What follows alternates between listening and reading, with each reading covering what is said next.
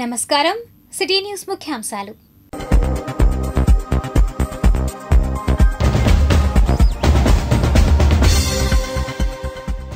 Mangalagiri town లో ఆధునిక public toilet ప్రారంభం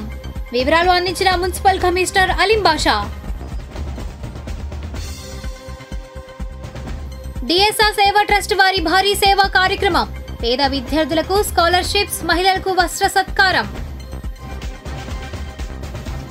రాష్ట్ర వ్యాప్తంగా స్మార్ట్ రేషన్ కార్డుల పంపిణీకి శ్రీకారం నందివేలుగులో మంత్రి నాదెండ్ల ఆవిష్కరణ